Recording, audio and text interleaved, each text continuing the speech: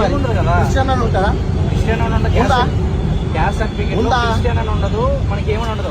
Religion ఉంటుంది అంతే. Religious certificate ఏమని ఉంది? ఇప్పుడు క్రిస్టియన్. మీ పేరేం పేరు అన్న? శ్రీనివాస్ నా పేరు. శ్రీనివాస్ గారు, మీ సర్టిఫికేట్లు హిందూ అని ఉందా, క్రిస్టియన్ అని ఉందా? అన్న హిందూ అని ఉండదు కదన్నా. ఉందా? ఉండదు అసలు. హిందూ అని ఉండదు, క్రిస్టియన్ అని ఉండదు. ఏముంది మరి? ఏం లేదు. పిచ్చోళమని ఉందా? మేము మెంటల్ వాళ్ళమని ఉందా?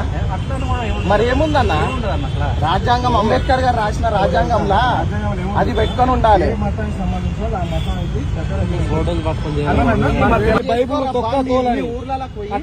బయటకు రండి, కొంచెం బయటకు రండి బ్రో. మనకి ఎంత దారుణంగా మోసం చేసి మతాలు మార్చారు మీరు. ఇంకా చదువు కొంచెం, చదువు కొంచెం, చదివి నేర్చుకోరు, చదివి నేర్చుకోరు కొంచెం. మీ బైబుల్లోనే ఉంటాయి ఎంత దారుణంగా మతం మారుస్తావు అని.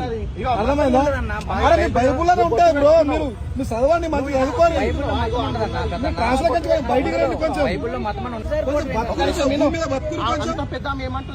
దేవుడు వాళ్ళకే, వాళ్ళ దేవుడు వాళ్ళకే, మన దేవుడు మనకే. మన హిందూ సంప్రదాయం మనకు మొదటి సంధి అయినా ఎప్పటి సంధి అయినా మనం బొట్టు లేదు ఉండలేవు. బొట్టు ఎవరికైనా పుట్టుకతోటి రాకుండా మనం మాట్లాడలేదు. ప్రచారంలో చెయ్యకు. ఇంకా వారికి ఓపికతోటి మాట్లాడినా పోరీడికి వెళ్ళిపోరు.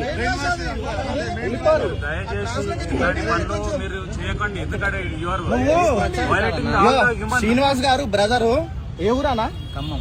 ఖమ్మం. నాకు మార్గం చూపించడానికి వచ్చిండు,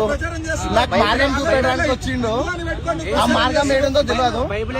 హిందూ క్రిస్టియన్ అనేసి అంటున్నాడు. తొందరలో శ్రీనివాస్ గారిది క్రిస్టియన్ అన్న సర్టిఫికేట్ క్రిస్టియన్ అని పెట్టుకుంటాను. హిందూ అని తీసేస్తావా? 100% రాసిస్తాను. పెట్టుకొని ప్రచారం నీ ఎదురుగా నేను నిల్చుంటప్పుడు పక్కా. నీ ఉన్నోళ్ళందరూ కూడా ఆ పని చెప్పి ఫస్ట్ నువ్వు మాకు మార్పించు.